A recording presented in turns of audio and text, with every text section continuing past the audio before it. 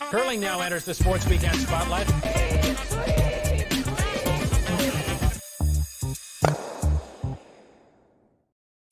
Phew, you made it. I was beginning to panic. Of course you're at Pearson. Welcome inside Pearson Airport, curling fans. Hi again, Colleen. Remember our trip to Saskatoon for the Brier, and I bought this big cup? I might need I one would of those. use it. I might need one of those after today. Where, yes, pray tell, are you heading now? Well, we'll talk about that a little bit more. I'm going to Montreal tonight, and then to the Cree Nation of Chissasabi for a big curling event this weekend. So Great. we'll talk about all of that. Right. But there's some things to talk about and some breaking news actually right now, Call. There has been a lot of interesting team movement, and the Bottcher bombshell, of course, was one of the biggest one, with the team announcing they're moving forward without Brendan Bottcher. So there's so many questions in the air, isn't there, about where does Bottcher wind up, who's going to skip that team, and so on. Well, and I can tell you right now, it is now official. Just in, Ben Hebert tweeting out, the rest of the team tweeting out, there it is. To maybe nobody's surprise because of what happened earlier today, Brad Jacobs will now take over as skip, Marc Kennedy at third, Brett Gallant at second, and Ben Hebert at lead. Hot off the press right there. Breaking news indeed. And you're right, with Jacobs parting ways with Reid Carruthers and company earlier today, the writing was, the speculation and the rumor mill, the curling rumor mill was running rampant about that Jacobs will be joining that team as he is now. And of course, reuniting with Marc Kennedy when they had certainly had a good bond when they played together. Runner-up at the Olympic trials when Gushue won. So really strong team.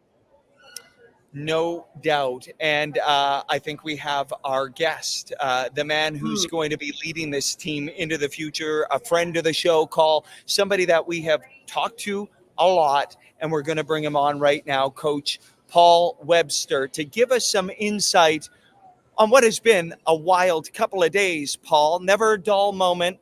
Wonderful to see you. Help us make sense of all of this. Where do you want to begin? Because there's a lot to get into. Yeah, I mean, we begin, I think, with the change, and it wasn't taken lightly. The guys had some serious discussions in just reference to where we're at, how they felt about it. I think Marc put it really good in his interview yesterday. For us, it's that Gushue effect a little bit. We're chasing him, and he's so consistent in that team, him and Mark Nichols and Jeff Walker, now EJ. If the World Championships are the playoffs of the season, we haven't made it the last 2 years. So there's 10 Grand Slams and 2 Briers in the last 2 seasons, and we won 2 Grand Slams. So those major events, we had an extremely consistent season this year. So people look at the stats, and we just got nudged by Gushue after that last event. And they're like, well, what's going on? So our B game's gotten really good and definitely better. But for us to look in the next 2 years, we need to win those big events. We need to win those big games. And they decided that they want to go in a different direction. And speaking about Brendan, I didn't know Brendan before really that much. Him and I hadn't worked together from a Curling Canada perspective, and man, did I ever get to know a really amazing human being, not only on the curling ice, but our friendship off the ice is something that I'll miss a fair bit. And so all the guys had that. There's emotion there. This is my first time having to boot someone, and be in the middle of all that stuff. And I'm like, oh God, it's something. But, curling's interesting that way, where you're in the middle of it with the coaching and the athletes, and you get to choose your players. You don't have a GM or an owner phoning down and say, hey, like, what's happening? Why aren't we producing? What changes are we going to meet? Or more importantly, we made a change and that player's off the team. And so it is difficult in that sense. And, we want to make sure this decision was made with a ton of respect and professionalism, because we have a ton of respect for Brendan Bottcher as a player, there's no doubt in my mind, there's no doubt in those guys' minds that Brendan is going to be a top skip in our game for the next 10, 16, 20 years. And we'll be winning a lot of Briars and so on. The time crunch for Ben and Marc was something to be, mindful of. They've identified that, they're going to play the next 2 years and then that's it for them. And the feeling, their gut feeling was what we had with the old Team Bottcher wasn't enough for them to really feel like we could put it over the top in the next 2 years. And then there's Brad Jacobs sitting in the wings, playing extremely well. Been there, done that with the Briar in the Olympics before, and they felt that was a great fit and something that they were willing to risk. So here we are. When was the writing on the wall for the team, Paul? I mean, when you think about the Briar and you were in that game against Gushue to go straight to the gold medal game, and then you were in the game against a Dunstone in a pro Saskatchewan environment that again would have sent you to the gold medal game. So those two opportunities missed. Does it come down to that performance, or does it come down to overall chemistry? When were you reading the tea leaves? I think, the guys really, there wasn't much at the Briar, though the feeling was there for them when they speak out loud. There wasn't much discussion after that about it.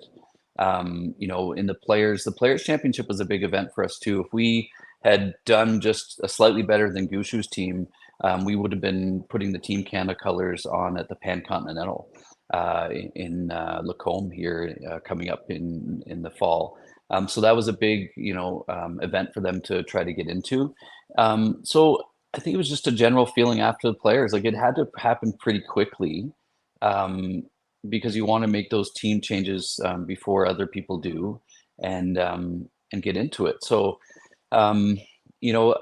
I think it's just a gut feeling with the guys and the discussions. There's definitely some discussions.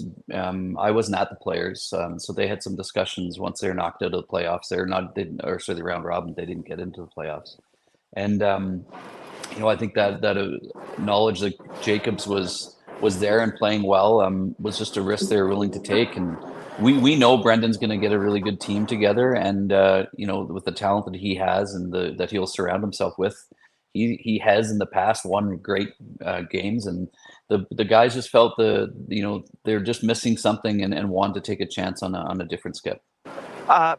Paul, on the topic of having to go through this for the first time.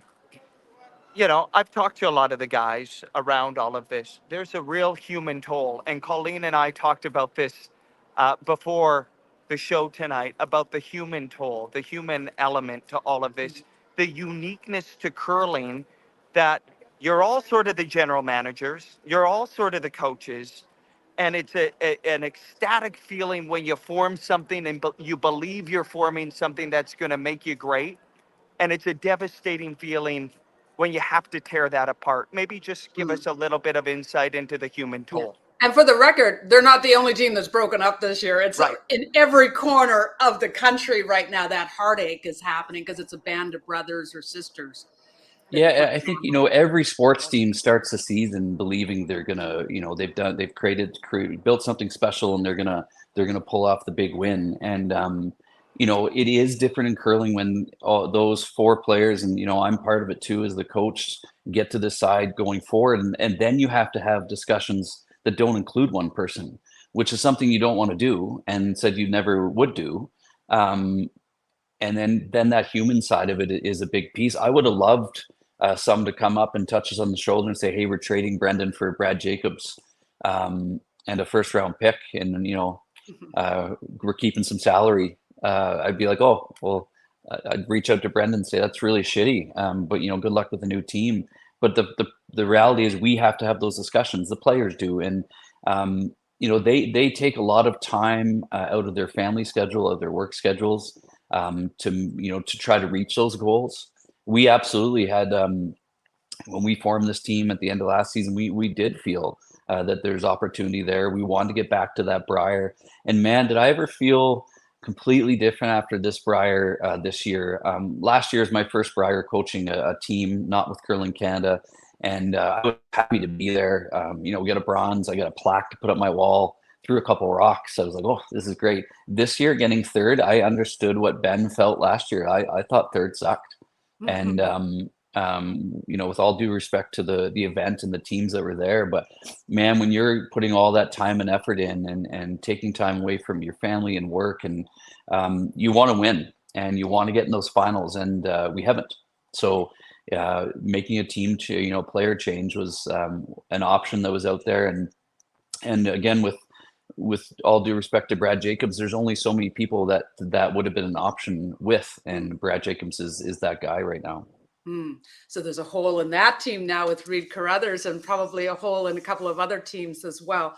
When you look at, as a coach, Bottcher played a heavy schedule. Gushu really minded his schedule. Do you know what I mean? He picked his moments and looked like peaking at the Brier and the Worlds was when he was aiming for. And the 8N game that you're used to playing in sort of spiels versus a team built for 10, is there any consideration as you plan for next season about either looking at how you manage the season more as opposed to chasing points, since you'd already have your Brier Yeah, spot? that's a great question, Colleen. I mean, points are a big part of what we do these days, but we have to play the Grand Slams. We want to play the Grand Slams. They're 8Ns, and we enjoy them that way. And then we've got to keep our schedule just consistent in terms of playing. With Brad and Marc having won so much, I think they can take it a little lighter. I don't think when you look at the breakdown of events, we played many more events than they did. We don't play a huge schedule. Like, we try to play, ideally we'd play, 2 events and then have a week off, just to have that consistency. 2 events per month would be ideal. We're already looking at next schedule and realize that there's some gaps in the event schedule, just be through happenstance that we've got to deal with. We had 6 weeks off this year before the Brier. So great rest time and so on, but you're always wondering. We came into the Brier and started really, really well. And, we'll look at that again. And having Brad up in Sault Ste. Marie is a new twist to the reality of our team, to figure out how we make sure that we're technically identical to each other and practicing all the same things, but also spending some time in his backyard to make sure he knows and feels that he's part of this team, and he's leading the team. Just have to unmute myself here, Paul, in the middle of the airport here. Listen, big of you to do this, because I know it's a fragile and sensitive time. I know people are processing all of this, as is everybody in the curling world. So, just really grateful for you taking time. This curling world, it can be wacky and wonderful and all of those things. And now you've got a new team to oversee, and we can't wait to see how that takes form. Thanks, Deb. If I could finish with 2 things, I think the fans out there really need to take a step back sometimes and just, realize that these decisions aren't made lightly. We try to respect the human decision and part of it. And, we have a huge friendship with Brendan and respect for him. And then all these other team changes. These guys are spending a lot of time away from their families and work, and they want to win. They're going to do everything that they need to win. So I think that's my first point. My second point is, I think it's just bad timing on a day like today when we have one of the greats of the game retiring. So I want to say on behalf of our old team, but also our new team, and personally myself, just a huge congratulations to Glenn Howard on a career that I don't think is going to be matched, and couldn't be in a better. Oh no! Think of the devil. Oh, there he is, Cliffy. Cute little guy. I like it. Yeah. So queuing up the old guy, but honestly, Cliffy. Sorry to overshadow a little bit, but honestly, a career like yours, I don't think we could overshadow it with any announcement. So, thank you for everything you've done for curling, and growing up in Ontario, I have your autograph on a few things, and having chances to compete with you and be at a world championship alongside your team was a memory that I'll cherish forever. Well, geez, thanks, Webby. That means a lot to me. And by no means at this, I was felt the same way. I announced yesterday, and I thought, oh my God, I'm stepping on toes here. There's a lot bigger announcements out there. So I tried to go under the radar. I didn't do a very good job that way. But listen, buddy, it was. I really appreciate the comments. and like you said, I didn't take this decision lightly either. It was something that we're going to talk about obviously shortly, but it's hard to make these calls. And to your point, this is the way curling is today. It's a business, and there's there's going to be changes all the time, and I don't have to deal with it. I just retired, so I don't have to deal with it. I almost did. Yeah, right. Yeah. Oh, well, teams breaking up are never easy, and retirement's not easy either. But Paul, thank you. We look forward to seeing you next year. Thank you, guys. Thank you, Paul. Yeah. And Glenn, it was no secret you were going to retire sooner or later, but let's talk about part of what you said in your release or your letter, a love letter, was the brain was still willing, but the body wasn't. That's a frustrating time, isn't it? It's funny, Colleen. I've been thinking about this obviously for almost years, but really in the last couple of months, I kind of made up my mind. And the whole time I'm thinking I was feeling bad because that's not the way I wanted to go out. I didn't want to go out on the terms of an injury or a bad knee or whatever. I wanted to go out on my own terms.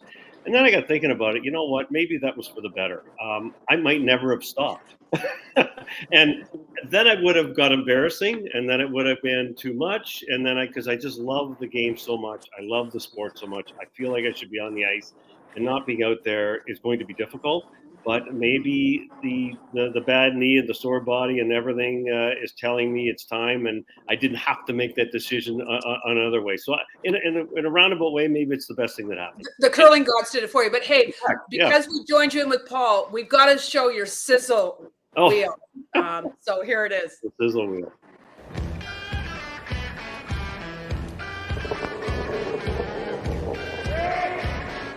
Easy let it go. They jumped right on it. He's got a good-looking shot. Can he push it through that hole? I think he has. Very close. Oh, look at that. They jumped on it right away. They yelled, whoa. He is well out there. Is he going to bend it up? Oh, he's got a great looking shot. Oh, he's going to pick it right out of there. He's got it.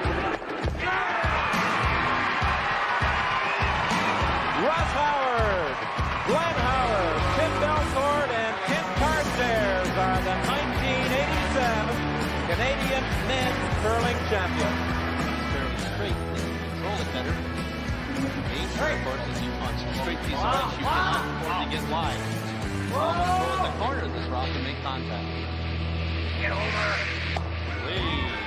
He's calling it before I let it go. All he has to do is remove this BC counter. He's right on the money.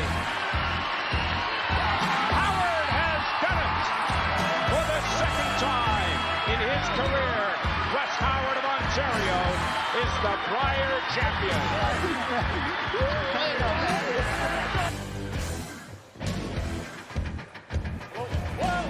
The one in the rings or the guard? He's got the stone in the rings. It's all over.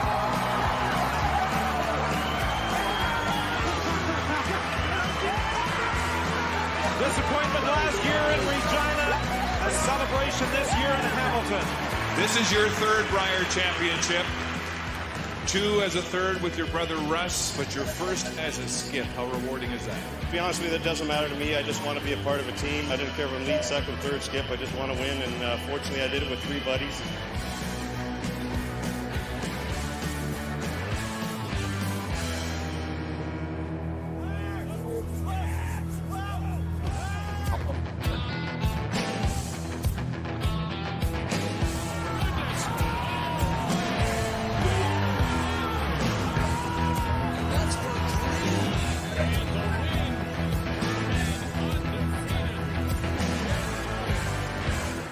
So Glenn Howard gathers himself final stone here in 10.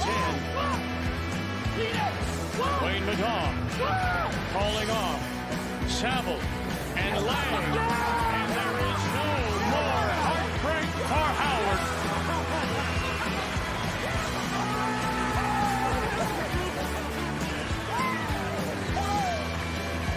Glenn Howard, Wayne Madog, Brent Lang, Craig Saville are the 2012 Tim Hortons Brier champions.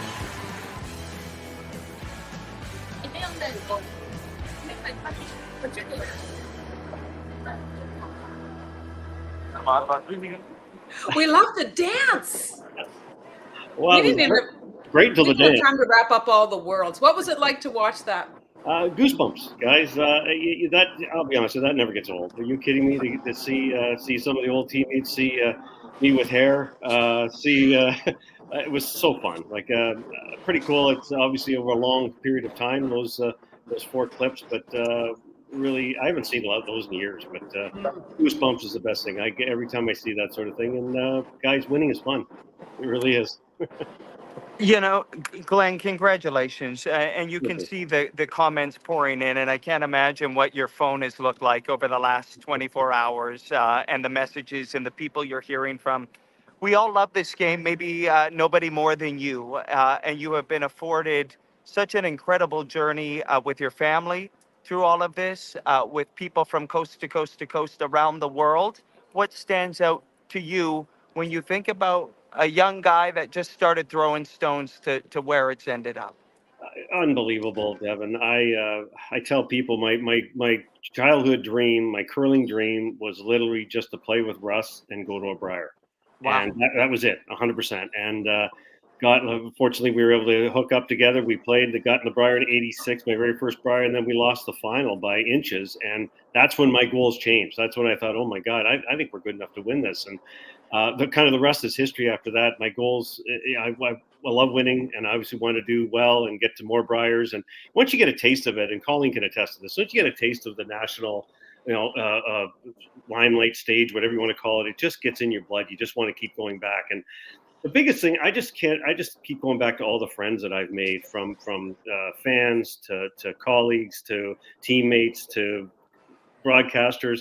Unbelievable. And I've got so many people that I have to thank over those years, and to have these friends, I've got them for a lifetime. That means more to me than anything. And it's going to be sad I'm not going to see as many, but I hope to keep my hand in the game and stick with it. But it's been quite a ride, way more than I ever expected, to be honest with you. Did you ever expect it to, be bookended with Russ? And I know there was pre-Russ too, and then be bookending it with your son Scott. I mean, the continuity of family in your curling life is so big, right from your father teaching you that famous Howard slide. Right, yeah, Colleen. Majority of my career, I played with a family member. I think I was 15 some years with Russ. I've been 8 years with Scotty. There's 23, and I've played I don't know how many competitive, not more than double. But it's so cool to be able to do that. To play with Big Brother again we won a couple world championships together, and then I said 8 years ago I said I'm going to finish my career with my son Scott. No, and I never dreamt it would be 8 years. I thought it'd be 3 or 4, 2 or 3, whatever. And I kept inkling, hey guys, do you want me to quit? And Scott and Davey and Tim now, nope, Skipper, you're not quitting. And I loved it. And when Scotty lit a fire under my butt. It was so much fun playing with him. I wanted to give him the best of my abilities through the years, and I was able to make a few shots for him. He's now turned into a hell of a curler, and I can't wait to watch him go. But to your point, Colleen, never in a million years did I dream that I could play with family member Russ, obviously one, and then Scott at the other end of my curling, and at the highest level. And this wasn't in for Toasters on Tuesday night. This is at the Brier. We went to the Brier, a few Briers in the big slams. We went to many Bonspiel all over the world, and super fun. Couldn't be more proud. Although Tuesday beer leg and toasters or turkeys is still super fun. Sounds pretty good. It sounds pretty good. Hey, Glenn, we started this, of course, with Paul and talking about all these changes, and you've seen the game evolve and grow. And I wonder what you hope for the game moving forward. I know you're going to be a part of it, and I know you've always been a strong voice in the game of where we go, but we're seeing a lot of changes, and there will continue to be changes. What's your hope for the Roaring game as we move forward? I like and I don't like the changes. I like the guys. I feel like back in the day we didn't make changes, and I'm still too old school. I think you got to give it a chance. Sometimes you got to weather the storm. You got to get to know each other. Sometimes you can't put the best, force them together on the ice and expect to do well. You need a year or two to get it under your belt. And I think a lot of these teams are they may think the grass is greener, or they think that they can make changes in a way, and for some it might. I'm just shocked over the last 1 or 2 quadrennials how many changes are made. Back in the day, we just didn't do that. And again, I'm not saying it's right or wrong, but I think you're going to see more and more of it. It's a business, and I think, like Paul said, he hated coming third. And I get it. I don't want to come third. You want to come first. And if they think, and the teams today think that if they can get one cog isn't working quite as well, then get somebody else. And maybe that's the key. And it's hard because only one team's really happy at the end of the year. Right. Yeah. And chemistry is the intangible, and they all throw really well. So it's often chemistry or the, the right role at the right time. And you look at a team like a Dean's team who plays 95% in the world final, for crying out loud. Right. And how long have they been together? Right. Yeah. How much does that help them just lean on each other in the hard times? As you say, the grass isn't always greener. No, and I'm still a big believer in that too, Colleen, because they know what each player is going to do or throw in the next 2 minutes because they've been with them so long. And Russ and I used to talk about that because being brothers, we kind of knew each other's nuances, and we felt that was a bit of an advantage that we knew exactly what each other was going to do, say, act, whatever, and we didn't have to deal with other stuff because we knew each other that well. I have the same relationships with Rich and Brent and Craig and Wayner and all my team now. Like you just get to know them so well that whatever that thing, a characteristic out there, you know what's going to happen. And I don't know. I'd like to see more teams stick together and see what they can do. But again, it's a business and people want to win. And if they think that they can make changes and do better for their team, then albeit. Mm-hmm. Was there a common thread, by the way, between? I know Devin's got a plane to catch. Are you running yet, Dev? Was there a common thread right now? between When I start looking around, both of you will know it might be boarding time. Right, Devin, the flight's going to be late anyway, or the flight's going to be late anyway, so don't worry. Hello. Was there a common thread from what your father taught you then to what Russ? A thread you kept your entire curling life. A philosophy or something that helped you. His first thing was, boys, you better learn how to lose before you can learn how to win. Okay. Big believer that he says you got to accept it. You have to learn that it's okay to lose, but then you'll figure out how to win. He was a big a technical proponent. He taught Russ and I how to throw the curling rock with a solid curling delivery. He used to say, boys, if you have a solid technical delivery, it'll never let you down in a pressure situation. And he was ahead of his time when it came to that. And as you can see, Russ and I basically throw the rock identical. So I give Dad the credit for that. And whether it's right or wrong, that's what we did. And that was it. And he was just he and my mom were big supporters, and they just followed us all the way around. It was awesome. 4 Brier titles, 4 world championships, so many other wins throughout it all. You've given us a lifetime of curling memories, Glenn, and you making time to talk to us so that curling fans can celebrate you is really, really appreciated. First class. Yeah. And listen, tell us about the golf tournament. This is an annual one. Yeah, I've been running a charity golf tournament up here in Midland for years now. All monies and proceeds go to our local hospital, Georgian Bay General Hospital. And I've been Wayne and Sherry Madaw ran it for about 13 years, and then I had another one before that, and then jumped on and took over after that. So. Between the two, we've raised many millions of dollars for Georgia Bay General Hospital, and super fun. I feel like I'm giving back. Our community needs our hospital, so super fun doing that. I run it in middle of July. Probably we're going to hopefully raise a couple $100,000 in one day, and it all goes to our local hospital. Super Maybe fun. You could go to every community in Canada where there's a hospital and do the thing. Will you be coaching? I hope to. Right as of this moment, I'm not. I haven't committed to anything. Truth be known, I'm talking to the girls. Call Glenn right Yeah, now. that's right. I'm talking to the girls now. Lauren, Carly, and Lauren, Carly, and Emily. Listen, you're old. You don't have to remember them all. And we're trying to figure things out right now. Yeah.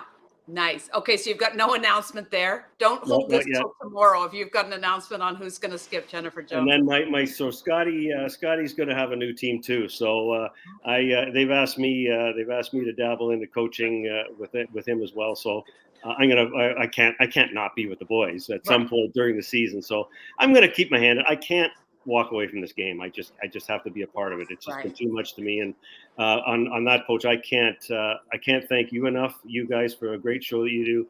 All of the media outlets have been so kind to me over the years, and I have to thank my fans. It's been overwhelming the last day and a half for the stuff that's coming in. I had no idea it was going to be like this, but man, am I thankful. And obviously to my family. They've been with me. Nice. So nice. Outstanding. Simply the best, Glenn. You just don't make a wrong step, and people adore you for it. Really, truly. Congratulations. Yeah. Thanks, guys. Yeah, What a career. Thank you very much. Really appreciate it. Awesome. Nice. Take care, Glenn. We'll be seeing more of you, no doubt. Anytime. Thanks. Well, Go catch a plane, Devin.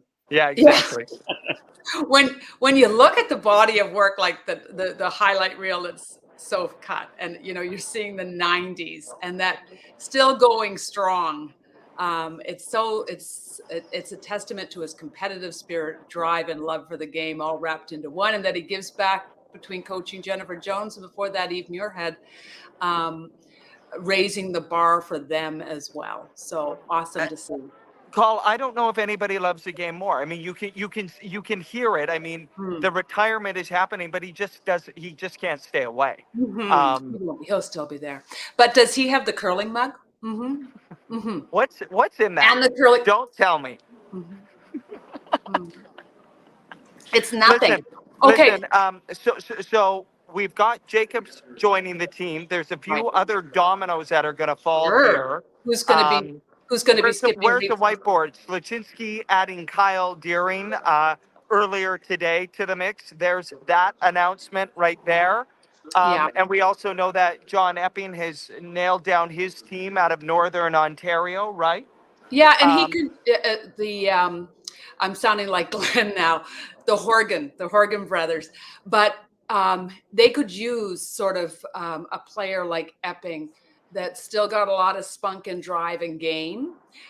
So that's great. I assume they're curling out of Northern Ontario. I mean, also, if there was one team I expected moves from after the Brier, it was going to be Kevin Cooey's team. And we talked to him at the Brier, and he said, oh no, this team is staying together. And yet when you look at their performance versus Bottcher's performance, you're going, well, which team was most likely to be making a massive change? So I think there's still more changes to come. I mean, we're still in April, so this might be and listen. Again, the reason I'm at the airport, I'm going to Montreal, and tomorrow I'm taking a charter flight with Kevin Cooey, Kerry Galusha, Jamie Cooey, Kerry Anderson. I'm going to be on a plane with them, and darn well, I'm going to be asking some questions. Yeah, well, even Kerry's team, that's still interesting to see how that unfolds with Brianna Harris. And because that's still a journey they're taking. Yeah, it's just there's just going to be a lot. And as I said, there've been a whole host of changes across Canada in the curling world that just because they're not making social media or you haven't heard of them, there's been a lot of breakups and changes. So that's just the way it goes every year. But when it's high profile like Bottcher. Sure. And a quick last word on this event. There's going to actually be a curling game on the Cree Nation of Chisasa on Saturday, starting at 3 p.m. local time. People can tune into that game. The Cooey family is going to be curling together. I know Mike McCarville, Kerry Anderson, Colin Hodgson, Darren Moulding, they're all up there. It's going to be an outstanding event. So I'm excited about that. Saturday, of course, marks the start of the mixed doubles World Championship. We have the Lot duo headed there. And they're playing New Zealand in their opening game. Exactly. They also have the Hamiltons in their pool and the Ranas. Are you seeing everybody you know there? We're live on the show right now. All good. Good to see you. Good to see you. Is it somebody you're curling that you're going onto this curling event with? Moonlight Golf Course from Saskatchewan, a great golf course. Okay. So, all right. You'll never know. I'm kind of in a wide open space here. You really in the are. airport. You know what? We do this show from anywhere, including Colleen's kitchen. I forgot to turn the dishwasher off. I'm going to go unload the dishes. You go catch a plane. All right. Mixed doubles world championship. We will cover that, no doubt. And of course, we had the big news of the Grand Slam. Nick and company take the consortium taking it over. No big changes for this year, but what's your read on where this is going? There's certainly a lot of buzz and excitement about change needed.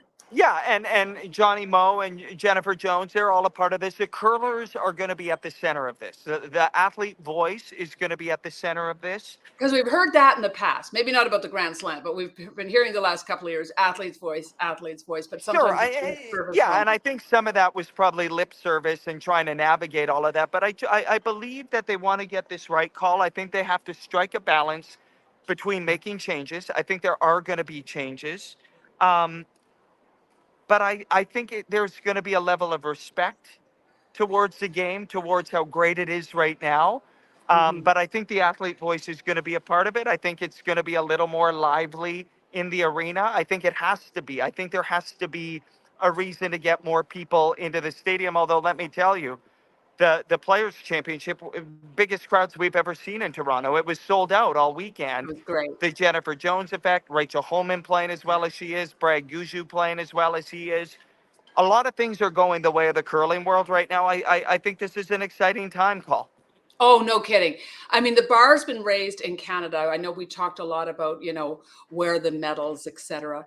But when you see where Rachel Holman's team is, a whole new standard for women's curling, and where you see where Brad Gujou is, another unbelievable standard. I mean, they're just consistently 90 and 92% all the time, and just winning clutch games with massively hard shots. Yeah. So it looks encouraging, and I think it's what's driven the Bottcher team to become the Jacobs team, and we'll see what other changes and dominoes fall.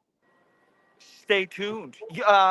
People are asking about how they can watch the game. I'll post all the links. It'll be on a lot of YouTube streams. You won't be able to miss it, but it'll be an outstanding event, all with the aim of getting more diversity. The Indigenous community on James Bay and that area of the country, they want to get curling. So they're doing workshops. They're creating ice. It's a really intentional event that's going to introduce a community to the game with the hopes of really building on that moving forward. It's a beautiful good for thing. the top players to be going, especially the Cooey family, and Carrie's going too. Like that's just helping out communities get stronger, and bringing your love for the game with it too. All right. I am going to go you find. Got a plane to catch. I'm going to go find what gate I'm out of, and if this flight is still on time. I got a dishwasher to unload and a hot tub waiting with a half moon there too, and stars are out. So I got a busy night too. You'll be flying in the stars. I'll be looking at. No, you won't be going over Nova Scotia. Well, listen, we'll always be on cloud 9 on this show, Paul. Good seeing you, buddy. Good to see you. Thanks. So thanks to the curling fans. We weren't kidding when we said we'd do this from anywhere, anytime. Here we are. Yeah. Night. See you again. See you. Safe flight. Thank you. Thanks, Cole. Curling now enters the Sports Weekend spotlight. 1963, when they took the Brier to Brandon. Hi, everybody. I'm Don Whitman with Don Duguid, two-time world champion.